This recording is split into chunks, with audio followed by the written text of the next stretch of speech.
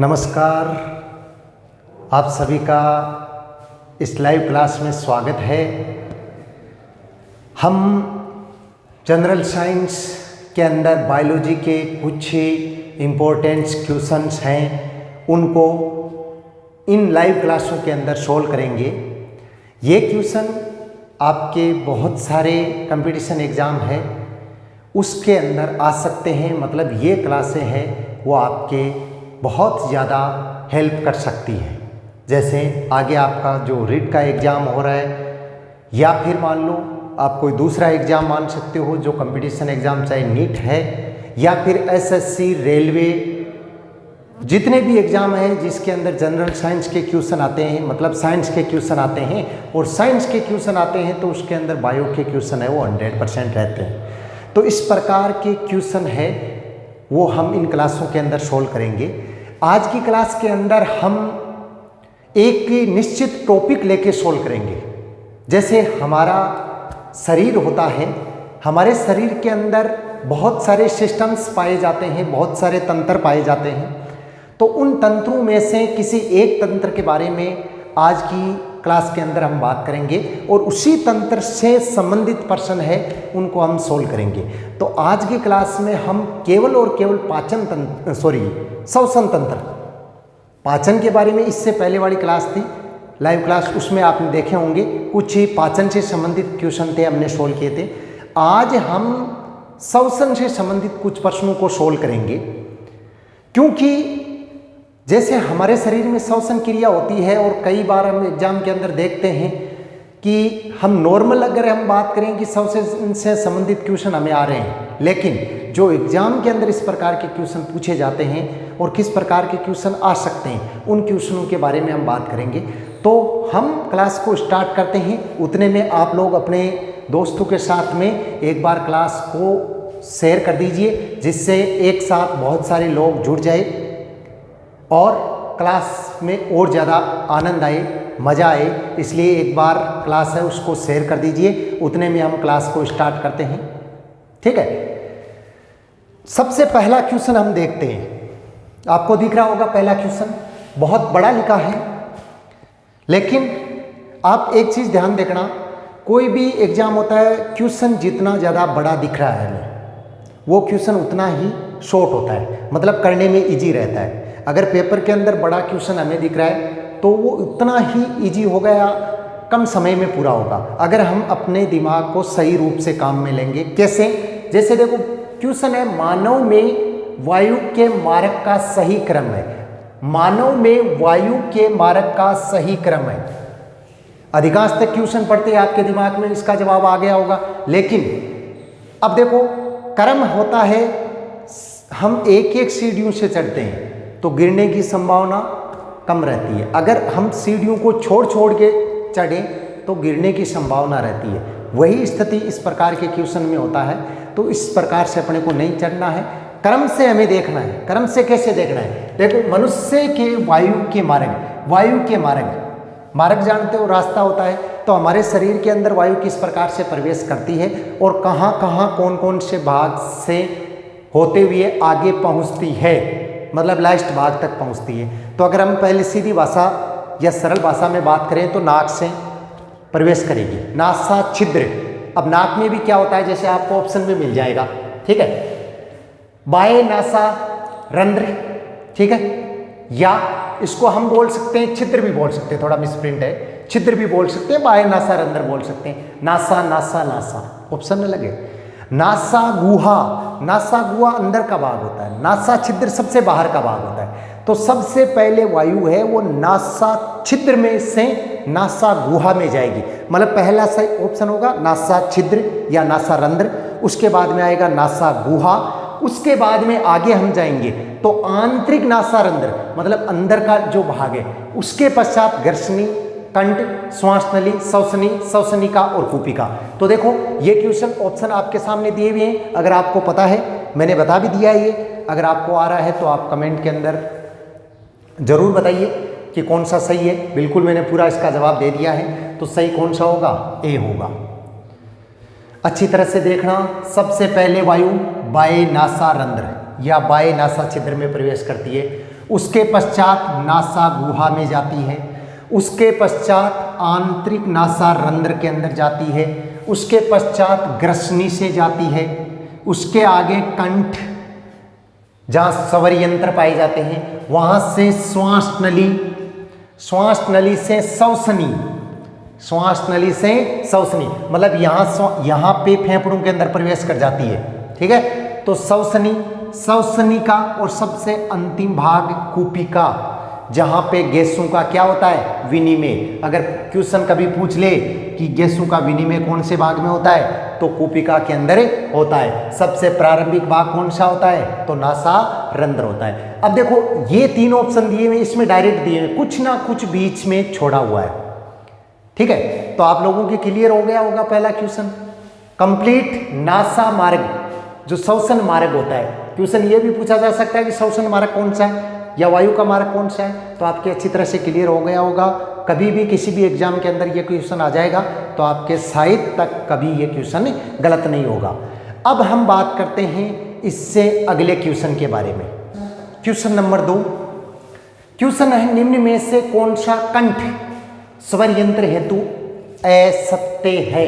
मतलब आपको 4 ऑप्शन दिए हुए हैं, उन 4 में से 3 ऑप्शन तो स्वर यंत्र के लिए सही है और एक ऐसा ऑप्शन है जो स्वर यंत्र या कंठ के लिए गलत है। तो कौन सा ऑप्शन है जो स्वर यंत्र के लिए गलत है, तो अच्छी तरह से पढ़ना, ऑप्शन को देखना। सबसे पहला ऑप्शन यह अस्थियों का बना हुआ होता है।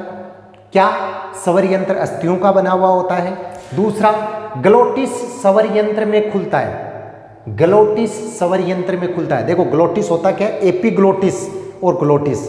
ग्लोटिस उसके नीचे पाया जाता है। मुख गुहा होता है ना, मुख गुहा के सबसे अंदरी भाग होता है जहाँ पे ग्लोटिस और एपिग्लोटिस उसके नीचे पाया जाता है। तीसरा, भोजन को निगलते समय ग्लोटिस को एपिग्लोटिस के द्वारा ढक लिया जाता है ताकि भोजन स्वर यंत्र में प्रवेश ना करे।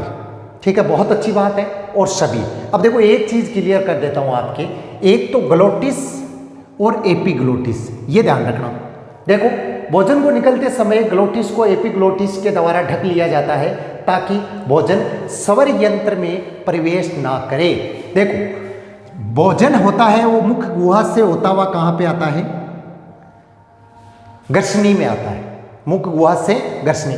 तो अब यहां पे क्या होता है, जो ग्रसनी होती है, जो ग्रसनी होती है वो एक तो इधर श्वास नली में खुलती है और एक इधर कहां पे खुलती है, ग्रसिका में खुलती है, ग्रसिका में खुलती है। तो यहां पे जो एक भाग पाया जाता है उसको बोला जाता है एपिग्लोटिस। और ग्लोटिस जो स्वर यंत्र, एक लटकी हुई संरचना जिससे ध्वनि उत्पन्न होती है। ठीक है, तो इस क्वेश्चन में कौन सा ऑप्शन सही होगा? क्वेश्चन है निम्न में से कौन सा कंठ या स्वर यंत्र हेतु असत्य है। तो आप बताइए कौन सा सही होगा कमेंट के अंदर कि कौन सा सही हो रहा है। जल्दी से कमेंट कीजिए और बताइए कि इसके अंदर कौन सा ऑप्शन है वो सही हो रहा है। बिल्कुल सीधा सा और इजी ऑप्शन है। देखो सही कौन सा होगा? सही होगा ये ऑप्शन, सही हो ये होगा, बल्कि ये स्वर यंत्र हेतु गलत है। मतलब असत्य पूछा है क्वेश्चन में। अगर किसी क्वेश्चन में सत्य और असत्य, ये नाम देख लेना अच्छी तरह से। असत्य पूछा है मतलब जो स्वर यंत्र है वो अस्थियों का नहीं बना हुआ होता है। स्वर यंत्र होता है वो अस्थियों का बिल्कुल भी नहीं बना हुआ होता है। तो इसके अंदर ऑप्शन कौन सा सही हो जाएगा? ए ऑप्शन सही हो जाएगा। क्लियर हो गया होगा। अब हम बात करते हैं इससे नेक्स्ट क्वेश्चन के बारे में। अगला क्वेश्चन, क्वेश्चन नंबर 3, स्वर तंतु होते हैं। ऑप्शन है ग्रसनी, कंठ, श्वास नलिका रंध्र और श्वसनी नलिका। इससे इजी क्वेश्चन है, आपको नहीं मिलेगा। स्वर तंतु होते हैं, कहाँ होते हैं स्वर तंतु? 4 ऑप्शन दिए हुए हैं। सही ऑप्शन कौन सा है? जल्दी से कमेंट के अंदर बताइए कि सही ऑप्शन कौन सा है, क्योंकि बहुत इजी क्वेश्चन है और आप इसका जवाब जितना जल्दी हो सके उतना जल्दी ही दीजिए। देखो स्वर तंतु, अभी इससे पहले क्वेश्चन में हमने बात की थी, स्वर तंतु होते क्या हैं? जो स्वर निकालते हैं। ठीक है, हम बोलते हैं, गायक है वो गाना गाते हैं, तो मधुर ध्वनि सा रे गा मा पा धा नी सा, तो स्वर निकालते हैं, तो ये स्वर तंतु कौन से भाग के अंदर पाए जाते हैं? कंठ में। ऑप्शन सही कौन सा है? कंठ। ठीक है, सही ऑप्शन कौन सा हो गया? कंठ हो गया। ठीक है, समझ में आ गया? बिल्कुल इजी क्वेश्चन। ये कर्षणी, श्वास नलिका, रंध्र, श्वसनिका, यहाँ पे स्वरंतरित तंतु नहीं पाए जाते हैं, स्वर तंतु पाए जाते हैं कंठ के अंदर। क्लियर हो गया होगा? आगे नेक्स्ट क्वेश्चन के बारे में बात करते हैं हम। क्वेश्चन नंबर 4, श्वसन नली दाएं तथा बाएं प्राथमिक श्वसनियों में रिक्त स्थान वक्षीय कशेरुका के समीप पाई जाती है। ये क्वेश्चन बहुत बार कंपटीशन एग्जाम में पूछा गया है, फिर भी आपको कंपटीशन की जितने भी बुक्स जो आप लोग पढ़ते हो उसके अंदर ये क्वेश्चन नहीं मिलता है। ठीक है, लेकिन बहुत सारे एग्जाम में जिसके अंदर ये पहले भी आ चुका है और हो सकता है आगे भी आए, तो दोबारा देखना क्वेश्चन को। श्वसन नली दाईं तथा बाईं प्राथमिक श्वसनियों में रिक्त स्थान वक्षीय कशेरुका के समीप पाई जाती है। 4 ऑप्शन, 4, 5, 6 और 9। ऑप्शन सही कौन सा होगा? उतने में आप लोगों को अगर आ रहा है तो जरूर बताइए कि कौन सा ऑप्शन इसके अंदर सही होगा। तो इसके अंदर सही ऑप्शन है वो है बी, मतलब कितना होता है? 5 वक्षीय कशेरुकों के अंदर ये विभाजित, मतलब समीप इनके पाई जाती है। तो ऑप्शन क्या सही हो गया? बी ऑप्शन सही हुआ। सही हुई संख्या 5। तो अच्छी तरह से इसको देखना और याद रखना, आगे कभी भी ये क्वेश्चन है वो पूछा जा सकता है। अब हम इससे अगला क्वेश्चन है उसके बारे में बात करते हैं। नेक्स्ट क्वेश्चन है, मानव में फेफड़े विभक्त होते हैं। थोड़ा सा घुमाया क्वेश्चन है। तो ऑप्शन में 3 दाईं तथा 2 बाईं पालियां, 2 दाईं तथा 3 बाईं पालियां, 2 दाईं तथा 2 बाईं पालियां, इनमें से कोई नहीं। क्वेश्चन पहले अच्छी तरह से देखना। मानव में फेफड़े विभक्त होते हैं। फेफड़े कितने जोड़ी फेफड़े पाए जाते हैं? 1 जोड़ी, मतलब 2 फेफड़े पाए जाते हैं, दाएं फेफड़ा और बायां फेफड़ा। अब उनमें से दाएं फेफड़ा है उसके अंदर कितनी पालियां पाई जाती है और बाएं फेफड़ा है उसके अंदर कितनी पालियां पाई जाती है? तो ऑप्शन के अंदर देखना कि दाएं फेफड़े में कितनी पालियां पाई जाती है और बाएं फेफड़े में कितनी पालियां पाई जाती है। शॉर्ट में मैं बता देता हूँ 3, 2। अब आप इसका कमेंट बताइए, सही जवाब बताइए कमेंट के अंदर कि कौन सा सही हुआ। मानव के फेफड़े विभक्त होते हैं, मनुष्य के फेफड़े विभक्त होते हैं।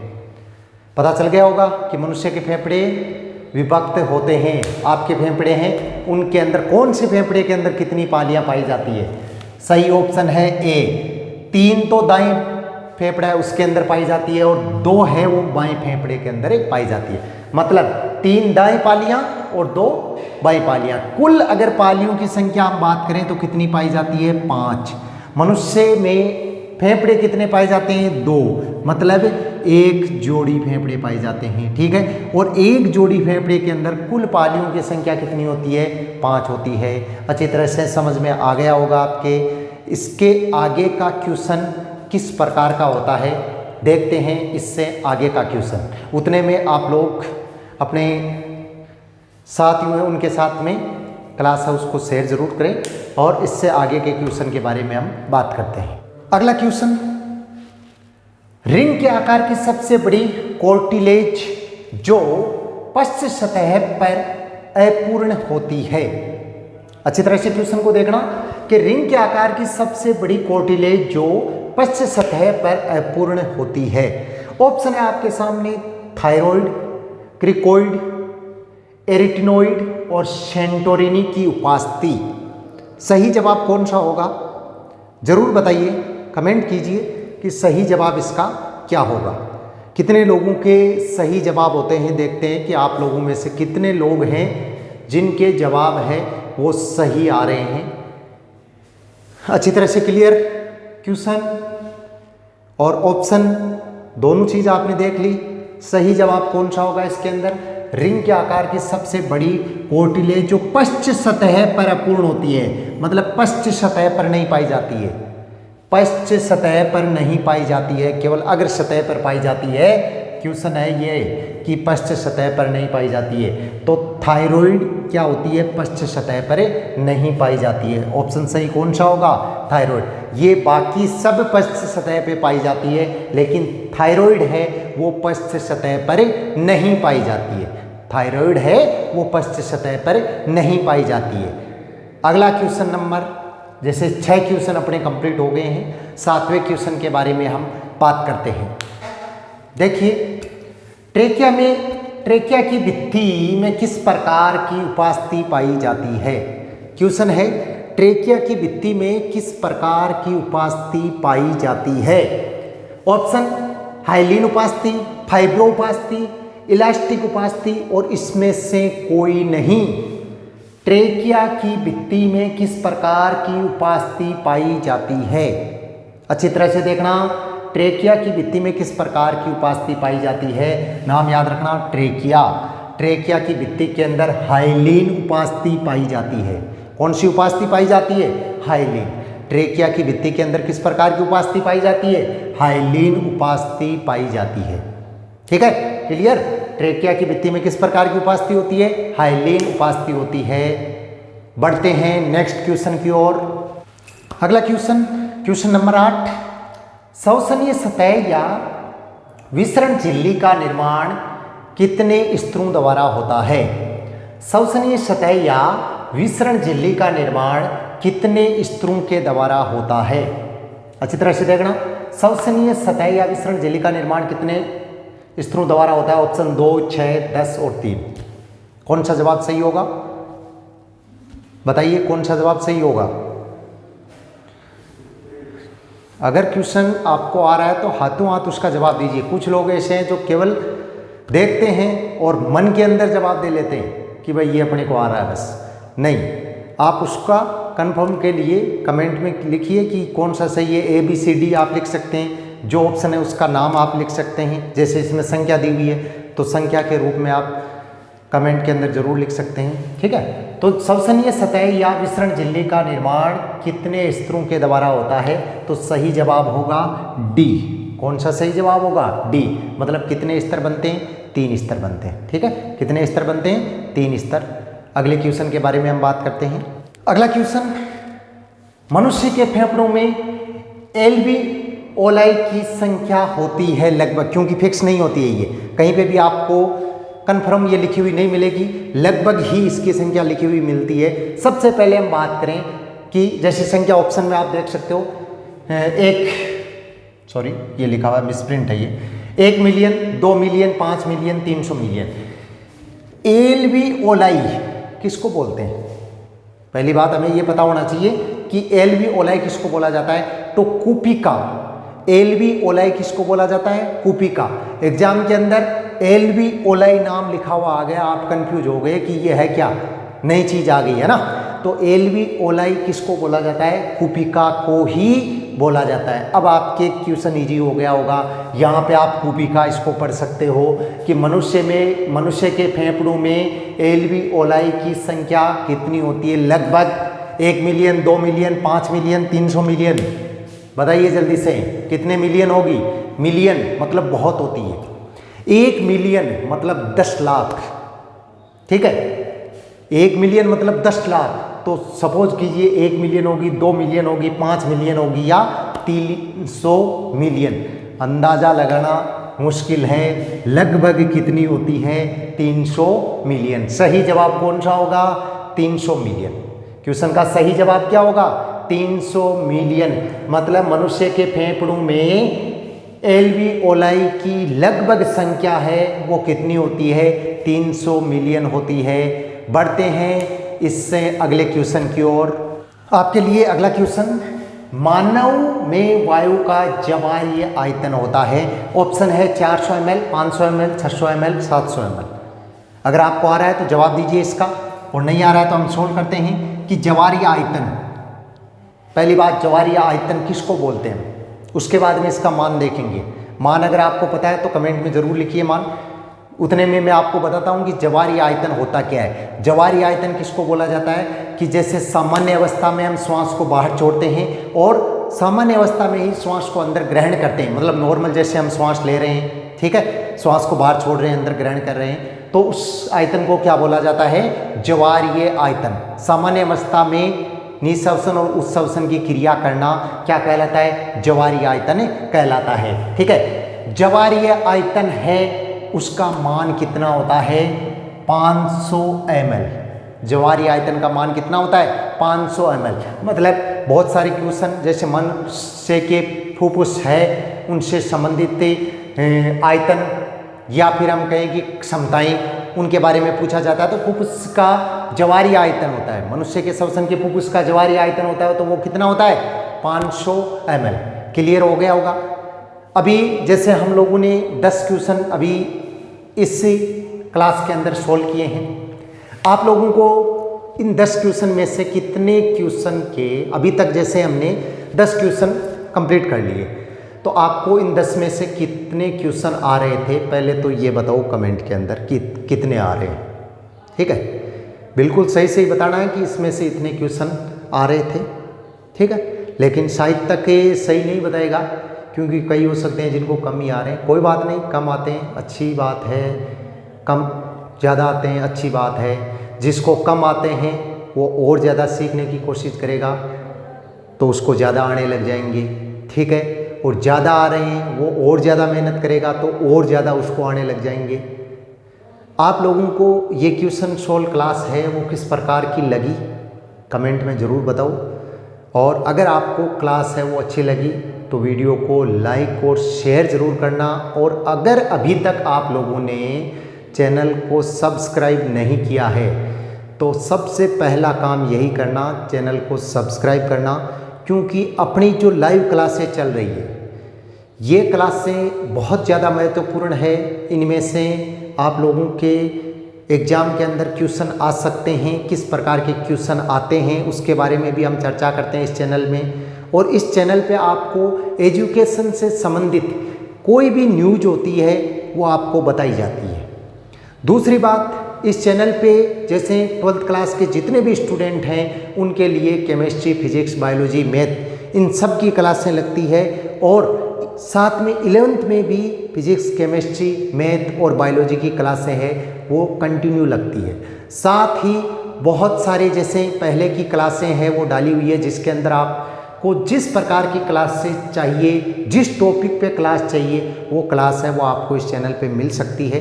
इसलिए हमारे साथ इतने समय तक जुड़े रहने के लिए आपका बहुत बहुत धन्यवाद। मिलते हैं इससे अगली क्लास में। जय हिंद, जय भारत।